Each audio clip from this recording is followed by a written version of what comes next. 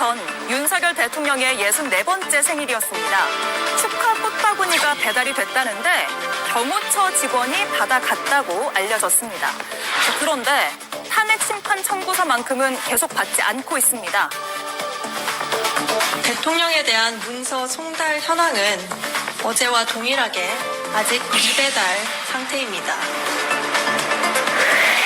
도대체 이렇게 추운 날 우체부만 무슨 고생이냐 이런 말까지 나오는데요. 헌재는 돌아오는 월요일 대통령이 서류를 받았다고 볼 수 있는지 그걸 판단하겠다고 합니다. 이런 가운데 한덕수 권한대행도 비공개로 조사를 받았습니다. 지금까지 국무회의 참석자 중 9명을 조사한 가운데 정점인 대통령은 언제쯤 조사를 할 수 있을지 주목됩니다. 예, 한덕수 권한대행이 피의자 신분으로 조사를 받았다는 소식 알려졌습니다. 물론 대행 체제 전에 소환 조사를 받긴 했습니다만 어쨌든 권한대행이 피의자이다. 이 자체가 지금 국제적인 망신거리 아니에요? 네, 맞습니다. 지금 대통령이 초유의 일을 벌였고 지금 국무총리가 대행을 하고 있습니다. 그런데 그 국무총리도 역시 이 초유의 일에 이 계엄에 연루되어 있을 가능성이 굉장히 크기 때문입니다. 우리 계엄법에서는 2조 2항을 보게 되면 전시, 사변, 혹은 비상사태에 준할 때 이 계엄을 실시할 수 있도록 되어 있는데 그 계엄을 실시할 수 있는 절차적 과정을 명시를 하고 있습니다. 5항에 보면요. 국무회의 심의를 의무 절차로 규정을 하고 있습니다. 예. 그럼 여기에서 국무위원들이라고 하면 국무총리를 포함한 장관들을 의미하는데요. 여기에서 당연히 모여가지고 무언가 회의를 진행했을 것이다 라는 생각을 우리가 할 수 있는데 실제로는 이것이 진행이 안 됐다라고 하는데 실제 그것에 대한 조사를 해야 되기 때문입니다. 그래서 이 국무회의가 실제 어떻게 진행됐는지 도대체 어떤 자료가 남아있는 것인지 이런 것들을 조사하기 위해서 결국 한덕수 국무총리에 대해서는 조사가 불가피한 상황이고요. 실제 그날의 어떤 여러 가지 정황들이나 아니면 증언들을 보게 되면 회의가 정식으로 이루어지지 않았고 그다음에 회의록도 없다. 그리고 실제 그 회의록에 부서한다라고 하는데 사인 같은 것들을 해야 됩니다. 그런데 그 사인도 한 바가 없다. 라고 했으니까요. 실제 그 회의가 이루어지지 않았다라고 생각을 하는 게 더 쉽겠죠. 그러면 이 절차 규정을 무시했으므로 이것이 정말 비상계엄에 필요한 요건을 다 갖춘 거냐 이거에 대한 의문이 생길 수밖에 없는 대목입니다. 그런 점에서 국무총리 역시 이 조사를 받아야 되고요. 결국 남은 사람은 결국 지금 대통령인데요. 대통령도 당연히 그 부분에 대해서 조사를 받아야 될 것으로 생각합니다. 예. 하지만 지금 어떤 문서도 받지 않고 있는 상황입니다. 수사기관이 그런데 이제 권한대행이기 때문에 정말 그야말로 탈탈 털어서 성역 없이 수사할 수 있을 것이냐 이 부분은 의문이에요. 근데 저는 제대로 수사가 될 것 같습니다. 일단 예. 수사기관들이 최근까지만 해도 경쟁적으로 수사에 임했지 않습니까? 거기다가 수사기관들이 대통령에 대한 수사 의지도 여실히 드러내고 있는 상황입니다. 대통령에 대해서 수사 의지를 드러내는데 권한대행이라고 해서 수사를 못할 이유는 전혀 없다고 생각을 합니다. 거기다가 지금 관련자들을 조사하지 못한다면 수사기관들에 대한 수사에 대한 국민적 신뢰도가 더 떨어지기 때문에 수사기관에서는 자신들의 역량을 총동원할 수밖에 없는 상황이라고 생각을 합니다. 거기다 한덕수 국무총리 대통령 권한대행 같은 경우는 이미 국회 대정부 질문에서 충분히 본인이 겪었던 일에 대해서 소상하게 이미 밝혔고 협조적인 모습을 보였기 때문에 수사기관의 수사에 대해서도 적극적으로 임한다는 입장을 밝혔었습니다. 예, 국가수사본부는 비상계엄 발령 당시 국무회의 참석자 및 배석자 12명 가운데 거의 다 이제 수사를 했다라고 이야기를 하고 있습니다. 사실상 윤석열 대통령만 남았다라는 취지의 지금 설명을 하고 있네요. 그런데 소환 통보에 불응하고 있고 헌법재판소의 탄핵 심판 서류도 아예 받지 않고 있는 이런 상황입니다. 김석열 위원님. 네. 내란 수계 피의자인 윤석열 대통령 지금 관저에서 뭐 하고 있을까요? 글쎄요, 저도 매우 궁금합니다. 지금 보통이면은 대부분의 피의자들이 이때쯤 되면은 변호인들하고 작전을 짤 거예요.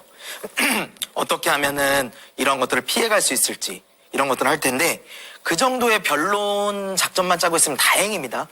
근데 제가 생각하기엔 그거를 넘어설 수도 있을 것 같아요. 예를 들어가지고 주요 참고인들, 주요 증인들끼리 말 맞추기. 예. 그리고 지금 아직 압수수색을 못하지 않았습니까? 비화폰들 이런 거 있는 서버도 그대로 있단 말이에요. 그럼 증거인멸 이런 것까지도 가능한 상황이에요.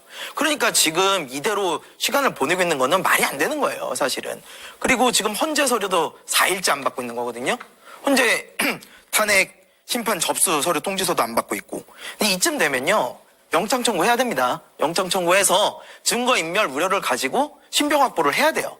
체포영장 말하는 건가요? 예, 그렇습니다. 예. 그래서 지금 윤석열 씨 쪽에서는 설마 영장까지 청구하겠냐 이러고, 왜냐면 현직 대통령 어쨌든 정지는 됐으나 이렇게 체포를 시킨 적이 없기 때문에 그것 때문에 좀 그렇게 하겠느냐라고 보는 것 같은데, 지금 증거인멸의 우려가 상당하다고 저는 보이고요.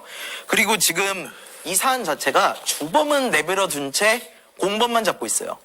이 정도 사안에 항상 주범부터 잡아야지 어떻게 공범부터 잡습니까? 이게 지금 굉장히 잘못되는 수사 방식이거든요. 그리고 주범부터 잡으라고 우리가 국회에서 탄핵해드린 거예요.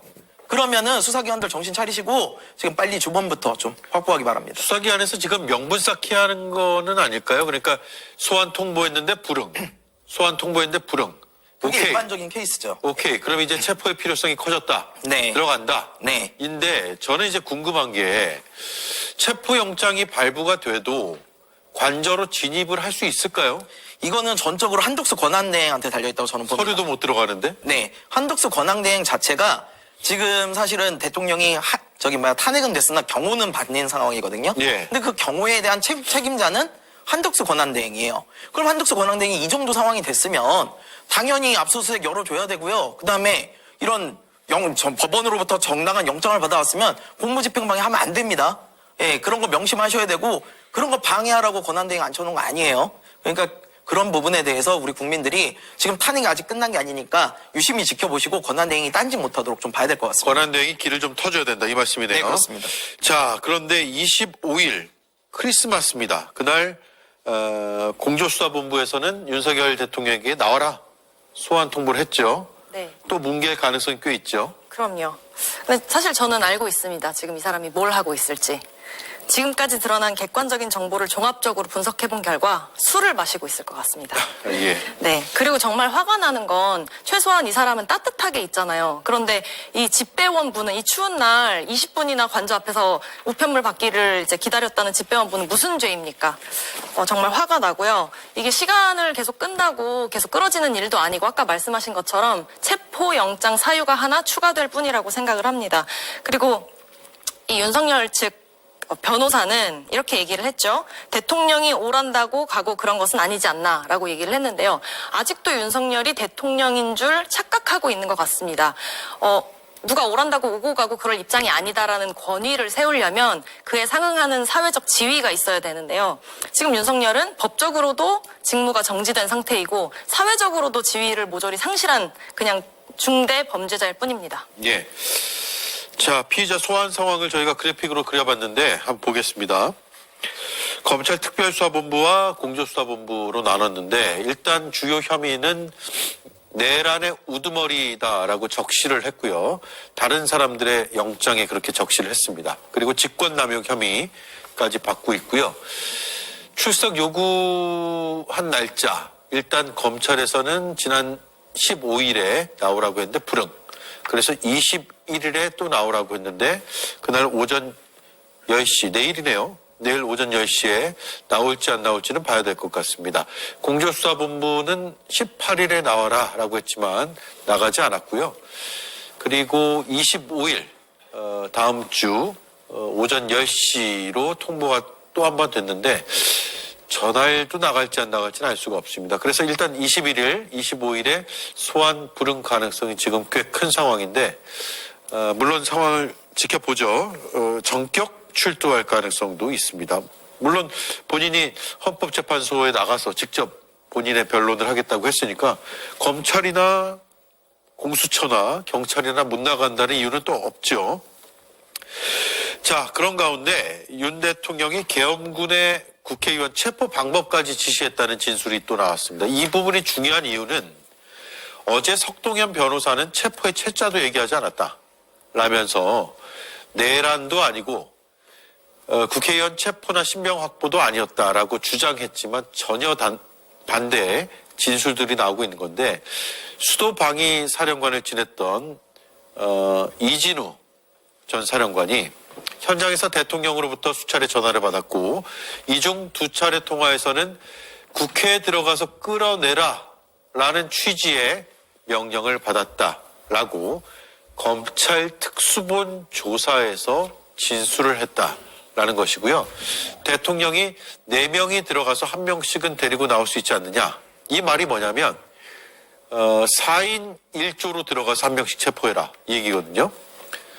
그러니까 구체적인 방법까지 제시했고요. 계엄 해제 표결이 임박한 상황에서는 그것도 못 데리고 나오냐라고 다그쳤다는 거예요. 그러니까 지시도 하고 지시대로 안 되니까 다그치면서 화도 냈다라는 맥락으로 볼 수가 있을 것 같습니다. 자, 그리고 아까 말씀드린 석동현 변호사의 그 발언, 어제 발언 굉장히 비판을 많이 받고 있는데 비교해서 들어보겠습니다. 대통령도 법률가입니다. 뭘 체포를 해라, 뭐 끌어내라 하는 그러한 용어를 쓰신 적은 없는 것으로 없다고 들었습니다. 체포하면 어디다가 데려놓겠다는 것입니까? 자, 다시 한번 조금 전 이진우 전 사령관의 그래픽을 띄워주시죠. 대통령도 법률가입니다. 석동현 변호사가요. 그러면서 뭘 체포를 해라, 끌어내라 라는 용어를 쓰신 적이 없는 것으로 들었다라고 했어요. 끌어내라 저기 있는데요. 체포는 없네요. 저 이진우 전 사령관의 증언에서는. 하지만 전체적인 맥락상 체포죠. 그리고 체포하면 어디다 데려다 놓겠다는 것입니까? 라는 것은 국회 국방위에서 이른바 비원 벙커, 수방사의 비원 벙커까지도 장소로 사진까지 제시된 상황이 있었습니다. 그러니까 석동현 변호사는 저런 발언을 했지만 사실에 부합하지 않거나 거짓일 가능성이 지금 굉장히 다분해요. 대국민 거짓말 쇼를 하는 것도 아니고 아마 저 끌어내라라고 하는 저 문장은 실제 지난번에 특전사령관도 이야기한 바가 있습니다. 예. 국회 국정감사가 아니라 국회에서 이제 증언을 할 때 첫 번째 전화, 두 번째 전화는 받은 적 없다라고 얘기를 하다가 계속해서 추궁해서 물으니 두 번째 전화가 왔었고 비화폰으로 왔었고 대통령이 국회의원들을 끌어내라라고 제시한 바도 있었죠. 그러니까 지금 복수의 사람들이 대통령으로부터 전화를 받고 저렇게 끌어내라라고 하는 증언들을 동시에 하고 있는 겁니다. 네. 저는 의문이 석동현 변호사가 뭔데 지금 변호사로 수임도 안 돼 있어요. 근데 무슨 자격으로 저기 나와서 기자회견을 하고 저거를 전파를 타고 저거를 다 중계를 하는지에 대해서 저는 오히려 의문이에요. 45년 직이라는데. 네, 40년 친구라고 하는데 그 자격으로 지금 저렇게 나와서 굉장히 많은 그러니까 그 얘기도 특별한 얘기도 없었어요. 그동안 대통령이 했었던 이야기들을 그대로 하는 선에서 거의 세계적인 앵무새 수준의 이야기를 했단 말이에요. 별로 특이할 얘기도 없었고요. 그리고 그런 질문들을 여러 가지 상충되는 질문들을 기자들이 던지니까 자기는 그런 부분들에 대해서 잘 모르겠다. 대답할 위치에 있지 않다. 이런 식으로 빠져나갔거든요. 예. 그러니까 사실상 일방적으로 국민들께 자기만의 이야기를 하고 그리고 그냥 집에 가신 거예요. 예. 그러니까 오히려 전파 낭비, 시간 낭비, 이러한 이 일만 벌이게 됐다라고 생각을 하고요. 오히려 다른 측면에선 대통령의 의지, 국민들과 싸워보겠다 이런 의지를 다시 한번 확인한 시간이 아니었나 싶습니다. 예, 대통령의 메시지를 반복해서 국민들에게 제시하기 위해서 나온 것으로 보인다라는 건데 다른 측면으로 해석할 부분은 없을까요? 일단 윤석열 대통령은 앞으로 법정이나 또는 수사기관에서 자신에게 무거운 내란죄라는 아주 무거운 범죄에 대해서 소명하고 다퉈야 됩니다. 그런 상황이라면 지금 시점에서 본인에게 주어진 뭐 혐의라든지 아니면 지금 잘못된 부분에 대해서는 바로잡을 필요가 있다고 생각해서 명확하게 규정하기 위해서 지금 석동현 변호사가 앞에 나와서 얘기했다고 보는 게 맞을 것 같습니다. 아까 예. 말씀하신 대로 석동현 변호사가 지금 선임이 안 된 걸로 알려져 있는데요. 뭐 적어도 석동현 변호사가 윤석열 통해 친분 관계는 이미 널리 알려져 있지 않습니까? 그렇기 때문에 대변하는 과정에서 나와서 얘기했다고 저는 보는 게 맞을 맞을 것 같습니다. 예. 물론 저 말은 법정에서 해야 될 말이라고 저는 생각을 합니다. 근데 만약에 지금 법정이 아니라 저 기자회견을 했다. 이것은 여론전을 한 번 더 생각한다고도 볼 수 있는 부분이 있다고 생각을 합니다. 아무래도 헌법재판소에서도 충분히 다뤄야 될 문제이기 때문에 이 헌법재판소는 단순하게 법률만 심사하는 것이 아니라서 여론이나 사회적, 정치적 모습이나 지형 같은 것도 다 고려되기 때문에 그런 걸 모두 감안해서 한 기자회견이 아니었나 싶은데 국민 눈높이에 맞는지에 대해서는 저도 의문점이 있습니다. 예, 의문점을 제시해 주셨고요. 석동현 변호사가 아마 대통령이 지금 직무 수행이 불가능하잖아요. 공식 직무라인도 함께 일할 수가 없고, 그러니까 사실상 대변인 격으로 나왔는데 많은 국민들을 화나게 만든 어제 하루의 기자회견이었습니다. 자, 내란의 핵심 멤버들이 어떤 얘기를 하느냐를 쭉 보면 윤석열 대통령 측의 주장 그리고 석동현 변호사의 주장은 점점 더 설 곳이 없는데 일단 김용현 전 장관 역시도 대통령과 포고령 내용을 상의했다라는 거거든요. 포고령의 1호가 뭡니까? 국회 정치활동 금지잖아요. 곽종근 특전사령관 문부수고 국회의원 끌어내라 지시했다. 조지호 경찰청장 체포를 지시했다라고 이야기를 하고 있습니다. 그러니까 대통령의 주장이 지금 측근들이나 함께 계엄을 모의하거나 실행했던 인물들에 의해서 반박당하고 있는 그런 상황입니다. 자, 그리고요. 윤 대통령이 지난 14일 탄핵안 통과 직전에 여당을 비롯한 각계에 2주만 버텨달라라고 요청했다는 주장이 민주당 박선원 의원을 통해서 제기가 됐습니다. 이동학 의원님, 네. 좀 믿을만한 제보로 보이세요? 믿을만은 할 수밖에 없는 게 박선원 의원이 그동안 충안파라든가 충안파들이 국방부 장관 공관에 모여가지고 무슨 비밀 회의를 했다 네. 이런 것들까지 다 밝혀내지 않았습니까? 그런 대부분의 것들이 다 제보를 받아서 한 건데 박선원 의원이 단순한 제보만 받는 것이 아니고 복수로 확인을 한다고 합니다. 예. 그렇기 때문에 본인도 이런 이 전파를 통해서 국민들께 이 제보를 알림에 있어서 잘못된 사실을 알리게 되면 이 신뢰에 굉장히 큰 타격이 있지 않습니까? 그건 당에도 타격이고요. 국민들한테도 타격이 입혀지게 되겠죠. 그런 측면에서 복수로 확인을 하기 때문에 저런 부분들은 좀 믿을만하지 않을까 싶고 그렇다면 왜 2주의 시간이 필요한가? 이것은 좀 해석의 영역으로 넘어가는데요. 네. 물론 조사할 때 저는 수사기관에서 이런 부분들까지도 조사가 되어야 된다고 생각하지만 아마 2주간의 시간을 벌게 될 경우에는 실제로 뭔가 이 상황을 좀 전복시키거나 혹은 또 다른 이 모양으로 완전히 물꼬를 틀거나 여러 가지 전략을 좀 세우는 데 있어서 유리한 고지를 윤석열 대통령이 좀 획책하려고 하지 않았는가 이렇게 예측을 좀 해보고요. 핵심적인 내용은 이겁니다. 지금 석동현 변호사가 어저께 나와가지고 내란이 아니다, 소란이다 이렇게 얘기를 했잖아요. 그러니까 내란죄의 경우는 굉장히 처벌이 두텁습니다. 그러니까 내란죄가 87조 1에 밝히고 있는데요. 여기서 뭐냐면 사형 또는 무기징역입니다. 그렇기 예. 때문에 우두머리이기 때문에 그 죄밖에 없어요. 그런데 이거를 소란으로 바꾸게 될 경우에는 탄핵을 안 당하고 다시 돌아올 수도 있게 되는 거거든요. 그러면 이 국민 분노는 훨씬 더 커지게 될 것인데 저는 어쨌든 이 내란의 범죄를 명확하게 명시적으로 어겼기 때문에 아무리 어떤 작전을 짜도 빠져나가기 어려울 것이다 이렇게 생각을 합니다. 예, 2주를 더 버텼으면 그만큼 국민적 분노만 커지지 않았을까라는 생각도 드는데 김성열 의원님 왜 2주일까요? 일단 제가 보기에는 대대적인 반격을 좀 준비를 하는 것 같아요. 반격이요? 네, 대대적으로 좀 그동안 우리가 얻어 터지기만 했다. 이제 반격 한번 해보자라고 좀 짜고 있는 것 같습니다. 그래서 저는 그걸 어디서 느끼냐면요. 먼저 한덕수 권한대행이 좀 의심이 됩니다. 이건 물론 개인적인 생각입니다만 한덕수 권한대행이 이번에 양곡법 비롯해가지고 6개의 법안 거부권을 썼어요. 근데 양곡법은 물론 이견이 있을 수 있는 법입니다. 근데 이걸 가지고 어떻게 설명을 하느냐. 민주 세력이 경제를 망치려 들어서 보수 세력이 이거를 막아야만 한다라는 쪽으로 설득을 해요. 그동안 대통령이 자신의 사적인 것과 관련돼서 썼던 거부권들을 마치 괜찮았던 것인 양 좀 포장을 하려는 모습이 보인다는 거죠. 거기에 김건희 특검법이나 내란 특검법은 12월 31일 날로 미뤘어요. 미루는데 아무런 명분이 없어요. 왜 미룹니까? 이건 왜 뒤로 미뤄야 되는 거예요? 그러니까 이런 식으로 하면서 시간을 끌면과 동시에 장외 여론전도 시작을 했어요. 전광훈 목사를 비롯해가지고 부정선거론자들은 이미 SNS에 많은 이야기를 허위사실들을 하고 있어요. 물론 그들은 허위사실이 아니라고 보지만 저희가 보기에는 명백한 허위 사실이거든요. 근데 그런 것들과 더불어서 지금 좀 전에 얘기했지만 우리 석동인 변호사 뭐 내란 아닌 소란 뭐 이러는데 소란은요 우리가 저기 술 취하신 분이 밤에 지나가다 고성방가 하는 이런 걸 소란이라고 그러고요. 누가 헬기, 장갑차, 실탄, 특수부대 동원해가지고 소란하는 사람이 어디 있습니까? 이런 식의 소란이면요 소란 2번 했다가 나라 절단 나요. 이런 건 절대 있을 수가 없는 거고요.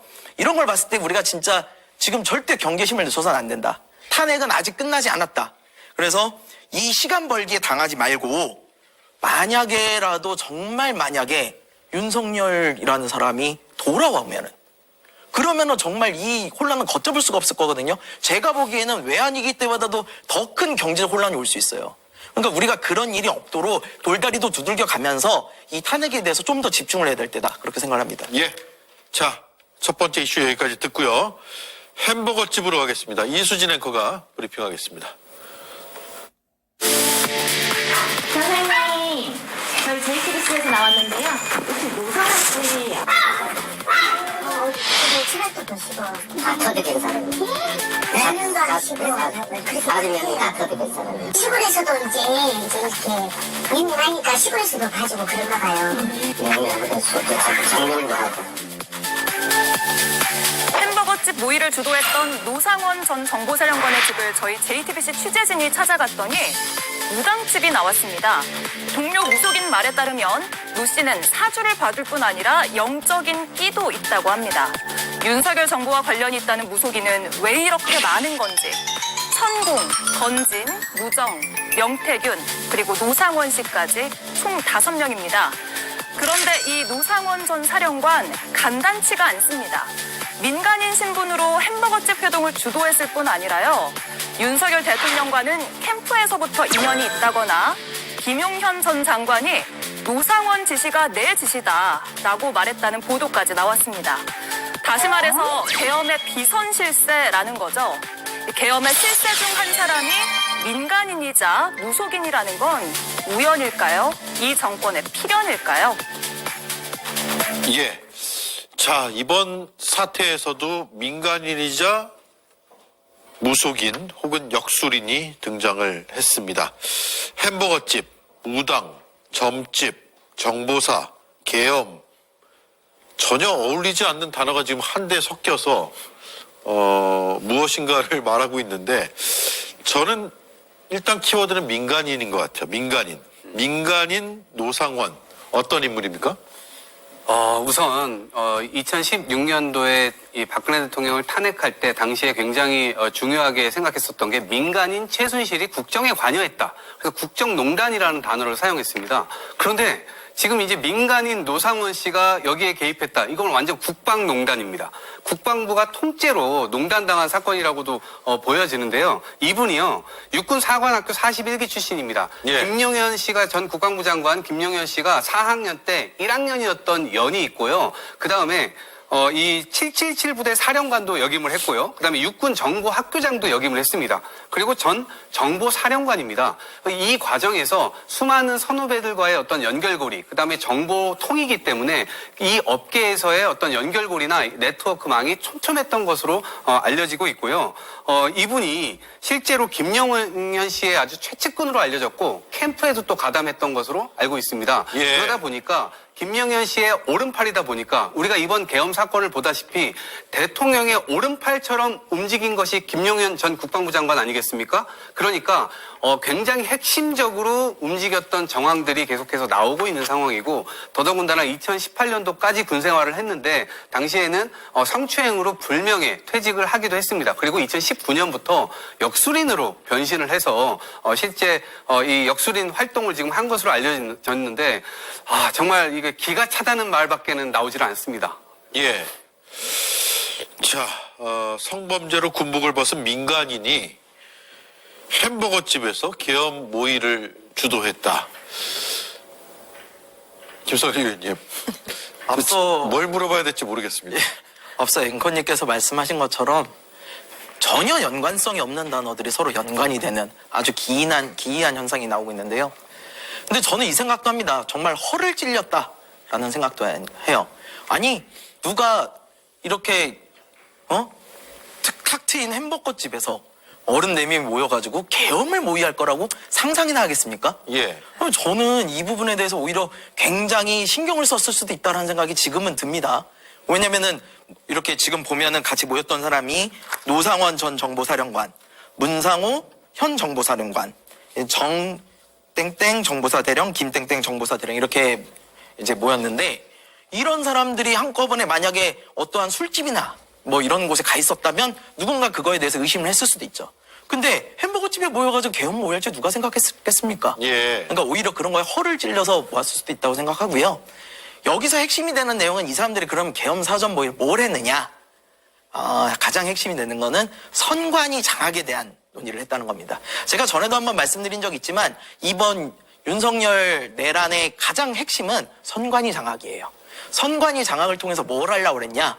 본인이 아주 강하게 경도되어 있던 부정선거론을 확인을 하려고 그랬어요.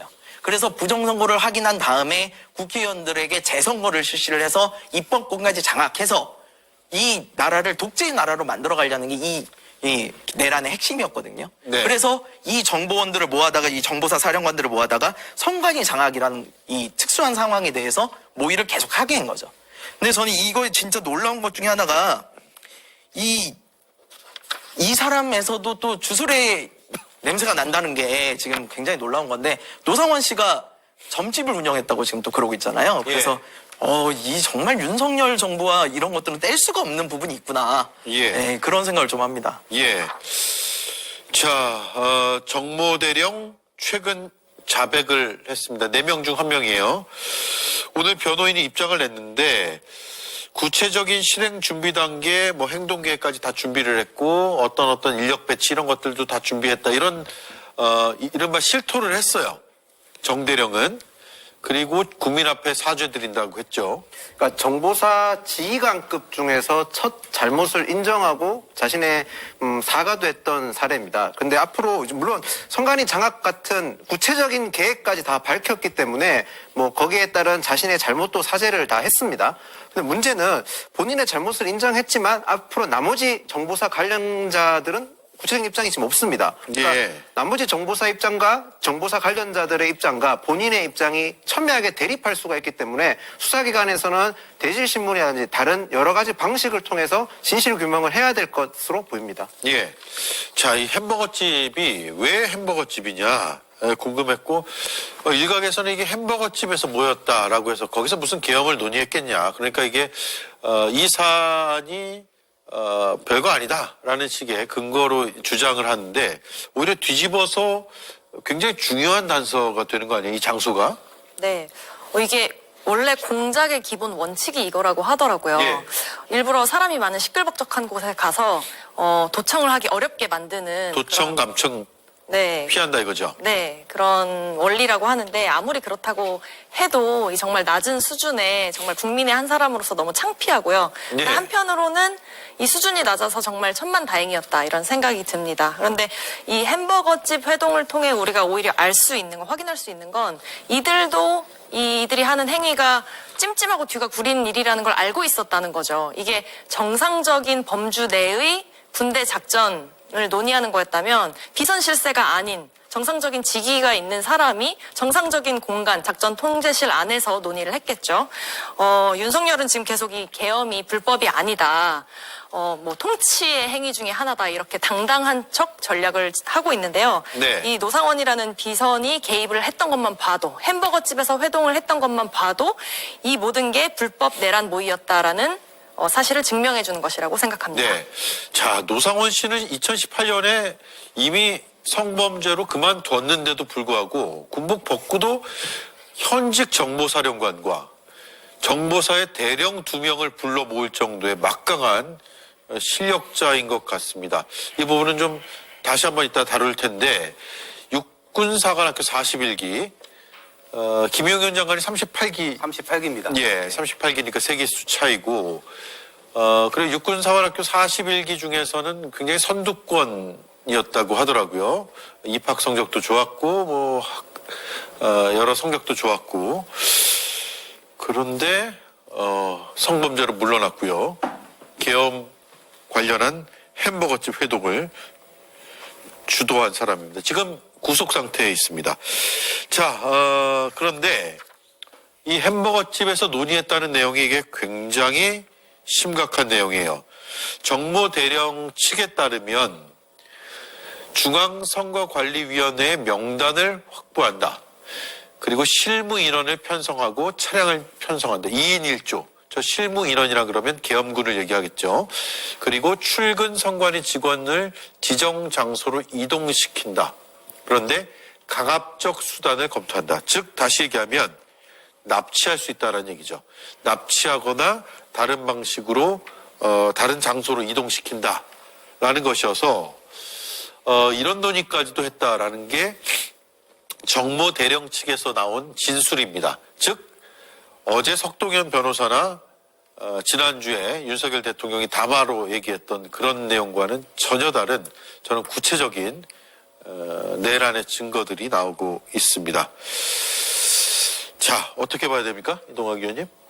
선관위 직원들은 정말 식은땀이 흐를 수밖에 없는 굉장히 두려운 그런 이 사실일 수밖에 없는데요. 당일 출근하면서 사실 그 출근길에 사실상 대부분의 사람들이 납치당할 뻔한 지금 이 사건입니다. 예. 선관위 명단을 확보하고 그다음에 조를 짰고 그 조를 통해서 사람들을 납치해서 어디론가 가려고 했는데 이 납치하는 그 과정에서 혹시라도 저항을 하거나 그러면 이 케이블 타이로 묶는다는 그런 계획까지도 저 자리에서 논의가 됐었다라고 하니까 정말 들을수록 정말 살벌한 이야기가 되죠. 근데 선관위는 헌법기관입니다. 그러니까 헌법기관을 사실상 불법적인 방식으로 저렇게 제압을 하려고 했기 때문에 이런 부분들에 대해서는 당연히 내란죄가 성립할 수밖에 없고요. 그다음에 저 얘기를 했었던 정모대령이나 김모대령은 저 부분들에 대해서 인정을 하는 그리고 인정을 하고 본인들의 어떤 죄를 조금이라도 좀 사받으려고 오히려 더 진정성 있게 저 문제들을 얘기를 하고 있는 것 같습니다. 그리고 저분들은 상급자의 명령을 수동적으로 따른 게 아니라 조금 더 적극적으로 정말 명단도 짜고 저런 것들을 한 것을 직접적으로 다 이렇게 실토를 한 상황인데요. 어찌 보면 사람들의 자유를 박탈하고 약간의 폭력적 방식으로 이것을 이행하려고 했었기 때문에 이 헌법기관 자체를 완전히 무력화시키려고 했었던 그런 사례입니다. 그래서 이 구체적인 사례, 구체적인 증언이 또 나왔기 때문에 이 부분에 대해서 윤석열 대통령이 과연 뭐라고 얘기할지 이 부분이 결국 이 연결고리가 되지 않을까 싶습니다. 예. 노상원 씨가 포고령 초안을 작성한 사람으로도 지금 지목되고 있거든요. 예, 지금 그런 혐의로 수사 받고 있죠. 예. 포고령까지 실제 작성을 했다면 이건 정말 비선 실세, 이른바 키맨이라고 봐야 될 겁니다. 근데 이게 사실 이번 포고령에 대한 의문이 좀 있었어요. 왜냐하면 원래 이 정도 준비가 철저하게 됐던 계엄이라면 포고령도 굉장히 체계적으로 좀 잘 만들었어야 되거든요. 근데 이번에 나온 포고령을 자세히 뜯어보면요. 그 안에 좀 생뚱맞게 전공의가 들어가 있질 않나, 아니면 처단이라는 좀 과격한 표현이 들어가 있지 않나, 이런 부분들도 있었어요. 그리고 사실 그 내용의 대부분이요. 80년 5월 17일 날 전두환이 비상계엄령을 전국 확대할 때 냈던 포고령과 매우 흡사해요. 예. 그러니까 이런 것들을 봤을 때 이렇게 계엄을 준비하면서 왜 포고령을 이렇게 허술하게 만들었지? 라는 의문이 좀 있었는데요.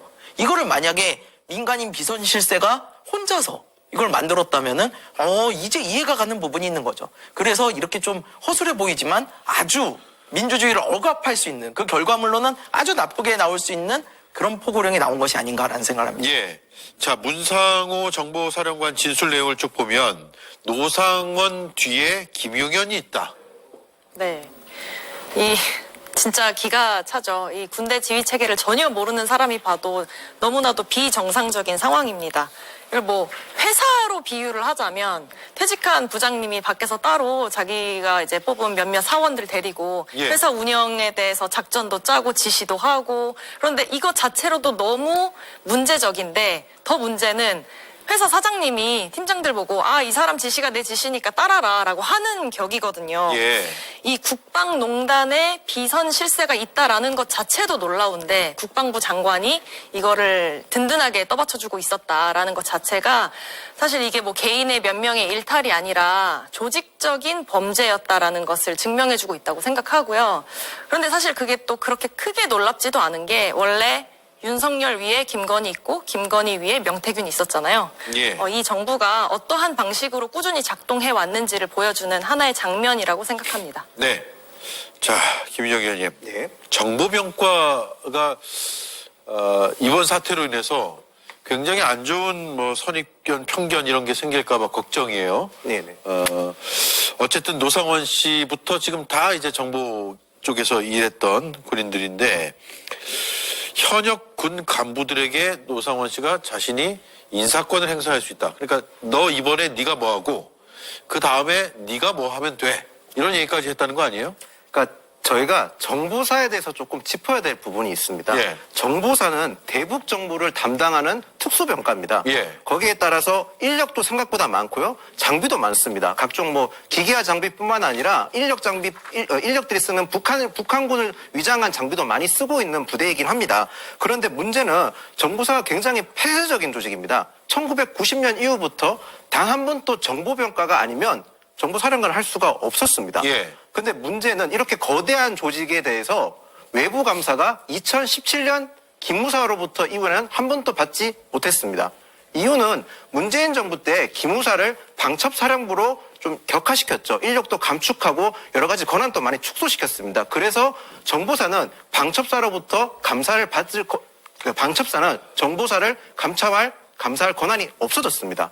그러면서 견제받지 않은 무소불위의 권리를 휘두를 수 있게 되었었습니다. 그래서 정보사는 최근에 항명 사태도 있었고요. 블랙 요원이 유출되는 사태까지 발생했었습니다. 네. 이런 정보사의 폐쇄성과 동시에 견제받지 않는 외부 감사가 없는 사태가 이어지면서 어찌 보면 정보사에 대한 적절한 견제 미비가 이런 악상태까지 이런 이번 계엄 사태에서 핵심적인 역할을 한 게 아닌가 하는 그런 생각도 듭니다. 네. 이번에 이 사태 겪으면서 앞으로는 좀 보완할 부분이 분명히 보이네요. 자, 그리고 노상원 씨가 윤석열 캠프에서 일했다는 보도도 나왔습니다. 이거 신빙성이 있나요? 네, 당에서 이게- 어떻게 봅니까? 이게 이제 선거 캠프라는 곳이 뭐 이렇게 공조직이나 아니면 무슨 기업처럼 체계화되어 있지는 않습니다. 예. 그래서 어떤 사람이 캠프에서 일했는지는 사실 선거 캠프가 끝나고 나면 파악하는 게 거의 불가능하긴 합니다. 아주 주요 그 그렇습니다. 보직만 아니면 네. 잘 모르죠. 언론에 공개되는 캠프의 조직도 정도 들어가는 분들은 거의 아주 유명한 분이거나 현역 국회의원이나 이 정도 되는 분들이지 그 이상이 아니면 사실상 파악하는 게 굉장히 어렵고요. 거기다 하물며 선거 캠프라는 곳 중에서 대선 캠프는 그 규모가 가장 큽니다. 그래서 파악하는 것이 굉장히 더 어려운 고요. 거기다 대선 캠프 같은 경우는 사실 조금만 발을 디뎌도 나는 그 캠프 소속이었다고 얘기하는 사람도 굉장히 많습니다. 네. 이는 저희 국민의힘뿐만 아니라 민주당 다른 정당에도 흔히 발생하는 일이기 때문에 그렇겠죠. 이게 파악하는 거는 저는 쉬운 건 아닌 것 같습니다. 예. 자, 캠프 활동 여부가 중요할까요? 어떻습니까? 윤석열 대통령이 이 부분을 알았는지 몰랐는지까지 연결이 된다면 그 부분도 한번 유추해서 저희가 생각을 해볼 수가 있겠습니다. 선거 때 아마 여러 사람을 만났고 근데 지금 다른 사람들의 어떤 증언에 따르면 윤석열 대통령이 제대로 된 선거 운동이나 이렇게 한 게 아니고 밤늦게까지 술을 마시고 새벽에 들어오고 이런 경우들도 꽤 많았다고 얘기가 들려오고요. 그리고 굉장히 술 친구들을 만약에 만났었다라고 하면 노상원 씨가 들어있을 수도 있고요. 예. 만약에 선거 때 술을 마시지 않고 그 이후였다면 저희가 유추해 볼 수 있는 건 주말마다 군인들하고 골프를 쳤다는 거 아닙니까? 그럼 그 사이에 노상원 씨가 들어있는지 없는지 이런 부분들도 좀 확인이 필요하고요. 그 골프를 치는 그 과정에서 이런 계엄에 대한 이야기를 내밀하게 했는지 안 했는지 이런 부분들까지 좀 따져볼 필요가 있겠습니다. 그리고 캠프에 가담했다는 이유로 노상원 씨가 그 이후에 뭐 이스라엘제 드론을 한국 군으로 뭐 수입을 하려고 했었다는 시도가 있었다. 이런 증언까지 나오지 않았습니까? 네. 그러면 그거는 웬만한 힘이 아니고서는 또 그렇게 시도조차 하는 게 굉장히 어려운데 그런 시도를 또 한 것으로 봐서는 또 어떤 연유가 있지 않을까 그렇게 유추를 해볼 수 있겠습니다. 네. 자, 노상원 씨가 직접 김용현 전 장관과의 관계를 언급한 보도도 나왔는데요. 김용현 장관과 워낙 돈독하다는 건 어지간하면 다 안다. 라는 주장을 했고요. 김용현 전 장관이 평상시에 내 말을 듣고 나한테 조언을 구하고는 했다. 라는 이야기도 하고 다녔다고 합니다. 그러니까 김용현 전 장관은 대통령에게 조언하는 사람인데 그런 김용현 전 장관에게 조언하는 사람은 노상원 씨였다라고 볼 수도 있는 거예요. 여기에 덧붙여서 역술인이라는 새로운 보도 내용까지 나와서 정말 혼란스럽습니다. 김성열 의원님, 네. 30초만 드릴게요. 네. 30초 평하고 끝내겠습니다. 이 정도면 민주주의 국가가 아니라 주술주의 국가라고 해야 됩니다. 윤석열, 김건희 씨는요, 고조선 시대 웅녀가 있던 그런 재정일치 사회로 대한민국을 회귀시켰어요. 사실 토론회에 손바닥에 왕자 쓰고 나왔을 때 우리가 눈치를 챘어야만 합니다. 예, 근데 그걸 눈치를 채지 못했죠. 기복신앙이라는 거요, 있을 수 있습니다. 예, 저희 어머니도 저희 가족의 안녕을 비셔요. 하지만요, 이게 국정에 개입되게 되면요, 그동안 우리가 몇백 년에 걸쳐서 만들어온 국가의 시스템 전체가 완전히 무너집니다. 비효율적이 되고, 그 다음에 예측 가능성이 떨어지게 돼요. 후진국이 돼버리는 겁니다. 윤석열, 김건희 씨 반성하기 바랍니다. 예, 30초 넘었지만 설득력 있는 얘기여서 끊지 않았습니다. 네, 여기까지 하죠. 주말 잘 보내십시오. 고맙습니다. 고맙습니다.